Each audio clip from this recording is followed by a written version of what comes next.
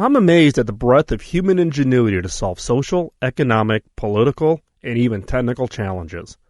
The one area where I don't see human ingenuity applied nearly as much is when it comes to planning our careers and future job prospects. That's the topic for this podcast. This is the Killer Innovations Podcast with Phil McKinney. Keep in mind that the information and opinions expressed in this podcast are Phil's, and Phil's alone, and they don't necessarily reflect those of his past, current, or future employers. Now, here's Phil McKinney. The focus of this podcast is about inspiring you to unleash your natural creativity to create killer products, services, and solutions. Now, the one common question I get is, hey, Phil, I'm not in technology like you are. Does what you discuss apply to my business, to my desire to invent, to my nonprofit? The answer is yes. You can apply what I refer to as the killer question approach to almost anything. Now, in today's podcast, I'm going to share with you how to use your creativity to improve your career and your future job prospects. Now, let me step back and let's set some baseline. The foundation for the creating killer innovations is about asking the right set of questions. Better ideas come from asking better questions. And if you can significantly improve the quality of your ideas, the resulting output, the resulting innovations that actually get done, significantly are improved. So by asking, again, better questions, get you better ideas. For an example, some of the most popular killer questions that I've shared with you in the podcast, and I get constant feedback from you about this one really helped me in this particular area. I'm just going to give you 3 examples of some of the most popular killer questions that we've discussed before. The first one, what are the basic assumptions under which my industry operates? Now, why is this an important question? It forces you to get those assumptions that are rattling around in your brain and put them down onto paper. So again, what are the basic assumptions under which my industry operates?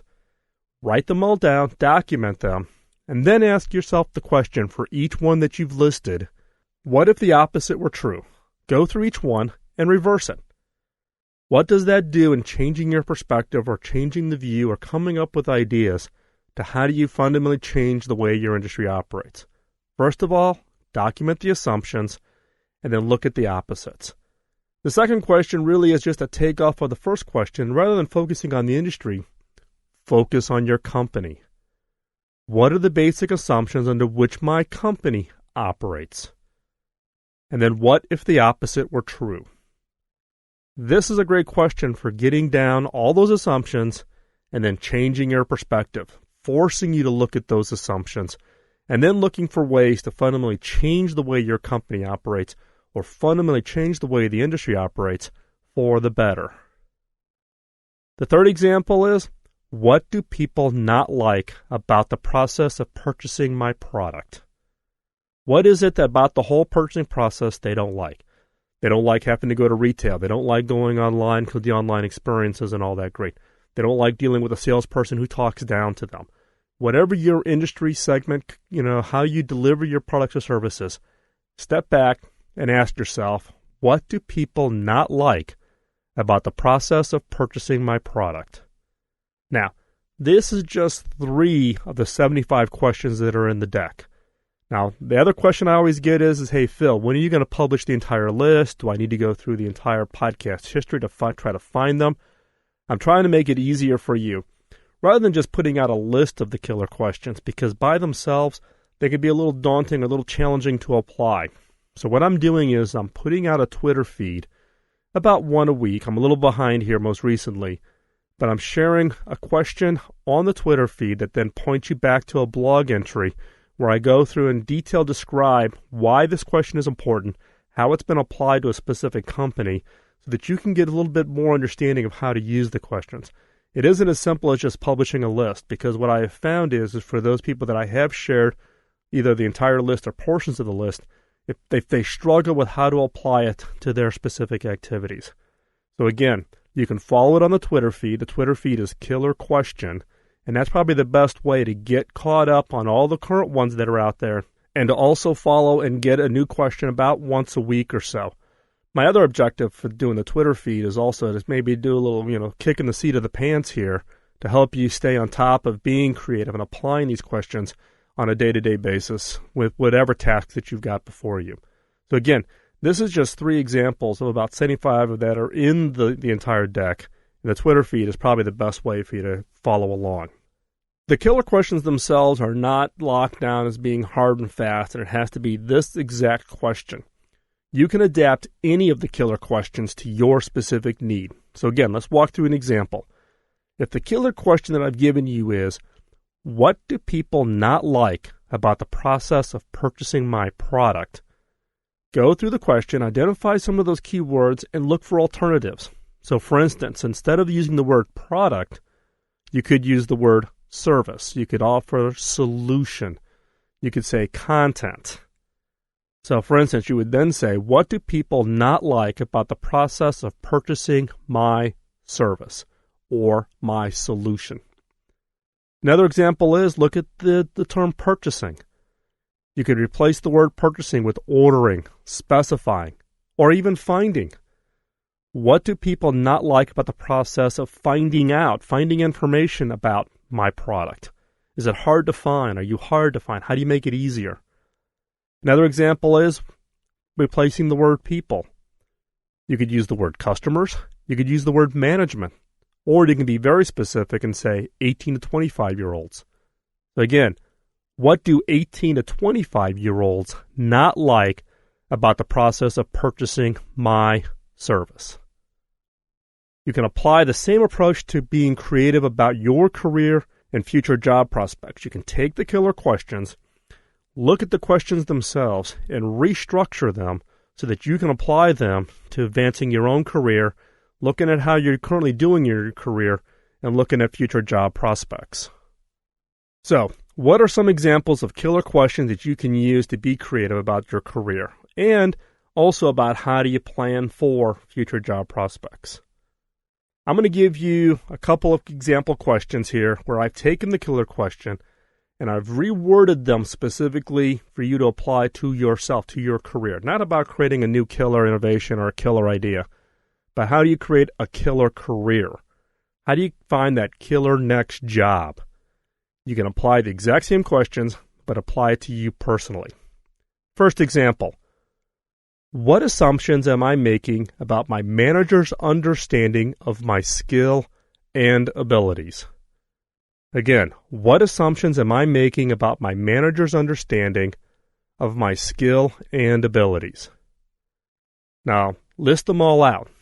For instance, you may say, hey, your manager knows I'm creative, knows I'm coming up with really great ideas, and my ideas are the ones that have really been the linchpin for some of the more recent success in the business.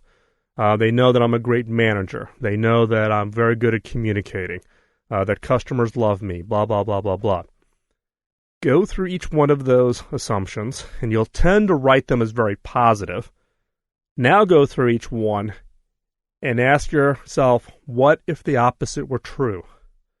You have an assumption that your manager knows that you're highly creative and you've come up with really great ideas. What if the opposite were true? That your manager had no clue that you were highly creative and had no clue that it was your ideas that had been led to the most recent success within your business.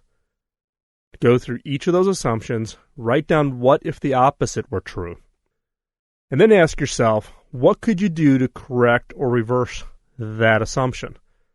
So what if you have an assumption that your manager knows that you're highly creative and highly innovative? You look at the opposite where it says, he has no clue that I'm highly creative or highly innovative. How would you make your manager aware of that skill, of those abilities? And then what I would suggest you do, help your manager see your skills and abilities. Help your manager see what it is that you're capable of doing. So again, in this case, the example was, what assumptions am I making about my manager's understanding of my skills and abilities? And then what if the opposite were true? And then what could you do to correct or reverse that second assumption? Second example. Why don't companies look for or hire people with my skill set? Why don't companies look for or hire people with my skill set? Now, your skills may be along the lines of they're outdated, there's too many people with the exact same skill set, your skill set's turned into a commodity. That's going to generate one set of ideas. Second is your skill set is too new. You've listed one of your skill sets on your resume as innovation guru. What the heck does that mean? HR is not familiar with really this need or this desire to have people who've got creativity and innovation skills specifically listed on their resume. So the question again is why don't companies look for or hire people with my skill set? And then what would you do to flip that? What would you have to do to make that specific skill set attractive? Or what would have to happen? So if you had innovation guru listed on your resume, what would have to happen? HR would have to understand that an innovation guru is a desirable person to have. And then what's going to have to happen in order to make that a reality? Or how do you make them understand the value of an innovation guru and why your resume would be desirable? Don't assume. So again, why don't companies look for or hire people with my skill set? Be honest. Write it all down. And then what if the opposite were true? And then how are you going to make that a reality? How are you going to make it such that your skill sets become the most desirable skill sets? Now, it may not be something that you just do. You may are waiting for the maturity of the creative economy to come around where all of a sudden HR is looking for people with your skill set. The key for finding that next job is understanding the skill sets that they do want, understanding the skills that you have that they don't even know they want, and then how do you make them desire your skill sets? The third example, what value could I deliver if I had expertise across the entire value chain? What value could I deliver if I had expertise across the entire value chain? But first off, you need to understand the entire value chain of your products or services or solutions that your company delivers. Is that everything from supply chain to manufacturing, to marketing, to sales, to R&D engineering, to long-range research and development? What is the entire value chain? Then document what are your skill gaps, where are you strong, where are you weak, where you have no skills, and then how do you fill in the gaps in your expertise? And in some cases, if you want to advance to really become high value within your organization, you may actually need to take a step down. Take a job that's maybe even a level lower than where you're at now, but that fills a key skill gap. And by filling that key skill gap, long term, you're going to significantly raise your overall value to the organization. So for instance, if you're focusing on the value chain of maybe not just the entire products and services, but just on the innovation value chain, understand the entire innovation value chain, understand what skills you bring to the table, understand where your gaps are, and be willing to step in and actually, take rather than maybe even a manager role, being a contributor role in order to learn that skill set to fill in that gap. It's not about just more money in the next step. It's over how do you create long-term value so that over the entire length of your career, 30, 40 years, you can position yourself to have long-term value and therefore get the return of your investment, in this case, the investment of your time and of your energies to fill in those key skill gaps. So again, what value could I deliver if I had expertise across the entire value chain? And the fourth example, what external jolts have the potential to significantly impact my career? What external jolts have the potential to significantly impact my career? I've been through significant changes in the technology industry over the last 25 years and seen some significant jolts. And it's always amazed me by how people get surprised, like, oh my gosh, I didn't see this coming. The key is to plan for the possible changes to your industry or to your career ahead of the jolt happening. So the way to do this is to work out some scenarios. What is the most likely path for your career long term? In your career, I'm not talking about your existing job, but your overall job classification or job category over the entire set of industries that you serve or that your career could serve. So look across that. What is the most likely path that career is going to go forward with? And then create two alternative scenarios. One is be extremely pessimistic. For example, you're a software engineer, and all of a sudden now there's thousands of software engineers, and there's software engineers in other parts of the world that are willing to work for 25% of the salary that you need to have to survive. That's an extremely pessimistic. The flip side is create a scenario that is extremely optimistic. Software becomes the thing. People who are highly creative and the ability to create software are really going to be in demand. That has an extremely optimistic. So again, what external jolts have the potential to significantly impact my career? What's the most likely? What's the extremely pessimistic view? What's the extremely optimistic view? And what are the jolts that would cause either that pessimistic scenario or that optimistic scenario? And then ask yourself, what decision would you make today if you knew a given scenario would happen? If you know that the extremely pessimistic move is gonna happen, you just know it for sure, what decisions would you make today? The same is what would you do today if you knew that the optimistic path was the way to go? That is absolutely going to happen. What decisions would you make today? What decisions would you need to make a month from now? What decisions would you make a year from now? What this does is it allows you to document kind of what your options are depending on which scenario occurs. And what you want to do is you want to create career strategies that are robust to withstand most, if not all, of the scenarios. So if you think that your career is going to be extremely pessimistic, and one of the decisions you would make would be to start expanding your knowledge base or your expertise into newer areas, such that the latest and newest things you're most familiar with, then that would be a career strategy that you should take anyways, because that plays well with both a pessimistic to ensure that you are still highly valued, and it allows you to take advantage of the most optimistic, because if that area does truly take off, you're going to be in the best position and to be in the most demand when that optimistic scenario really gets to take traction. So again, what external jolts have the potential to significantly impact my career? What decisions would you make today if you knew a given scenario would happen? And then develop career strategies that are robust to withstand most, if not all, of the scenarios. So, see how easy it is to adapt the killer question to your need?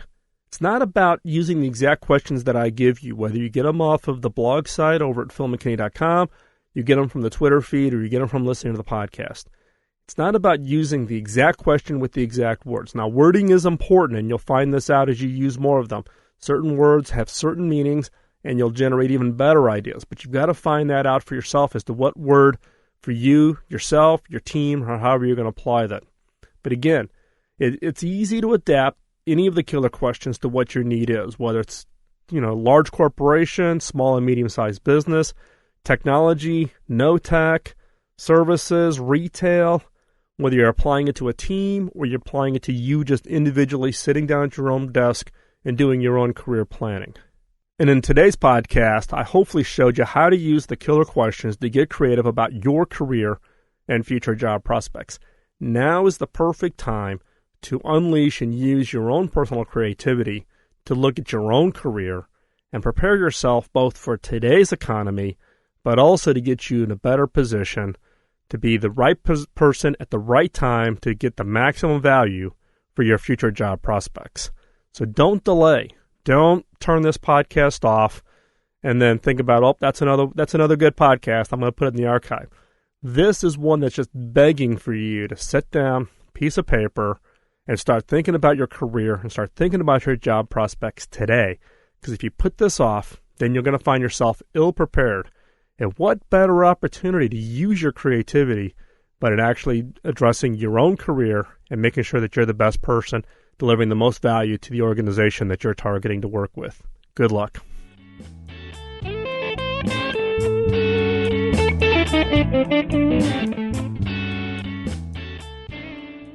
Thank you for listening to this week's podcast. Please send your feedback to podcast@killerinnovations.com. Also, get connected.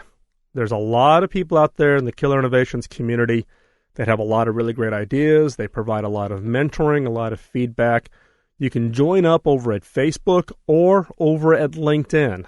You can find both of those on the killerinnovations.com/community page, and I'll actually have links to make it easier for you to find the entire community of listeners. You can also follow on Twitter. You can follow my Twitter feed at Phil McKinney. And if you're interested in the Killer Questions, there's a separate Twitter feed called Killer Question. And about once a week, I put out one of the Killer Questions and then point you back to a blog entry that gives you some very specific examples on how to apply that killer question to your day-to-day topics and needs. Send questions, send topics. Please email those in to me at podcast@killerinnovations.com. And I'm looking to collect those up as I work towards continuing to expand the overall content. We're now going into year 4 of the Killer Innovations podcast. And for those of you who've been listening from day 1, it's a small crew of you, I know, but I do want to thank you. Also, don't forget to pay it forward. My motivation for doing the Killer Innovations podcast is to pay it forward. I received phenomenal early mentoring in my career from Bob Davis, one of the giants in the computer software industry back in the 70s and 80s. He spent a lot of time mentoring me beyond just technology, but how to be creative, how to be innovative, how to be more than just a tech geek. When I asked him how to pay it forward, his instruction to me was, when you get successful in your career, mentor others. Pay it forward. And all I ask for you for listening to the podcast, the content is free. All I ask for you is to pay it forward, which is share the link, share the information about the Killer Innovation podcast with your team, with your managers, even with your family members. Link to it from your website, post about it, however you want to pay it forward, but that's all I ask. And again, I thank you for your time. I know time is the most valuable asset that you give me by taking the time out to listen to the podcast, and hopefully you find this information beneficial to you. And again, thank you for taking the time. We'll talk to you real soon. Bye-bye.